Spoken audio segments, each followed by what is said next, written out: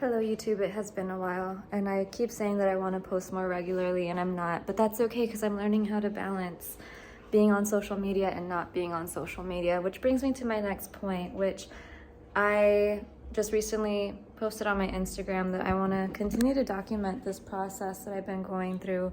For those that are new to watching my videos, my name is Sunny. I recently got divorced, technically 3 months ago, but really like 6 months ago because that's when we separated.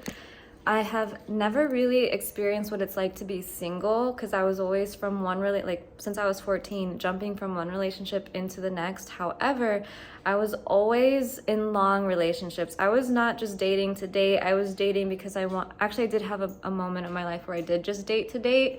But normally I was dating to be serious with someone. I just wanted to find my partner. I just wanted to get married. That was my goal because I think that's just something that's been embedded into especially women's minds, probably everybody's mind. Like you need to find your partner, you need to get married and all this stuff. Anyway, so I was always dating very seriously and I have had huge what you would consider abandonment wounds. So fear of being alone, fear of being rejected, fear of a lot of things. And that's another reason why I was always jumping from one relationship into the next. But anyway, I finally am here at this point where I've not been dating. It has crossed my mind, but I'm not going there. I've been ignoring everybody that tempts me. And so this is where I'm at now. I live alone now. This is the first time that I get to experience that. I also realized that a lot of the women in my family have not gotten the opportunity to live alone, not even my mom, because when she got divorced from my dad, she never got to experience living alone. She moved into a friend's house. From there, she moved into her own house, but she had my grandparents move in with her.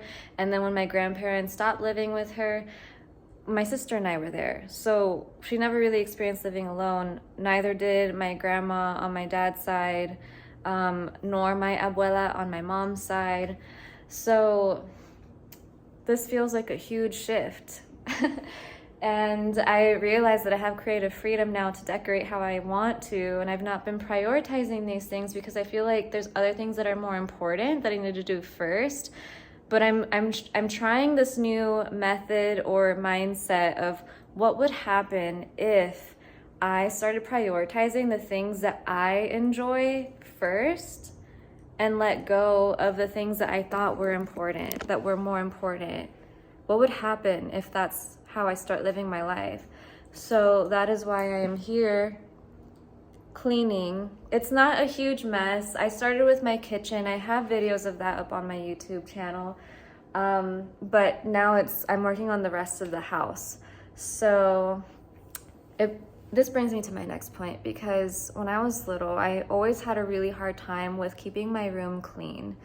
And in one of my YouTube videos, I mentioned that if you consider yourself a starseed, a spiritual person, very highly enlightened, very creative, you might, if you're like me, have a hard time with organization, being grounded, and this has a lot to do with healing the root chakra. So when I was little, I had a really hard time, and that was because I was always overwhelmed. I would get easily overwhelmed.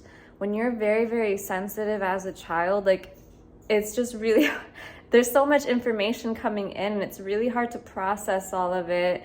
Plus, you're probably going through trauma like I did, because if you're born into this world, you really can't avoid it.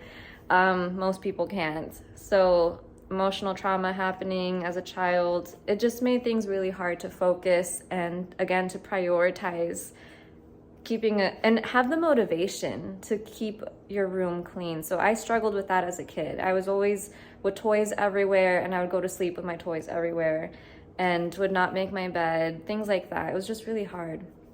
But now as an adult, especially living alone, it's been one of my goals for the longest time now to have that internal motivation to continue to organize and learn how to love doing that.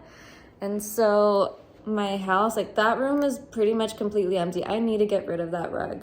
In the process of doing that, my room over here, let me show you guys. just jewelry on the floor right now because this is my cat's room technically. And it's like really, like there's so much space in my house and it's all just going to waste because I just don't know what to do with it.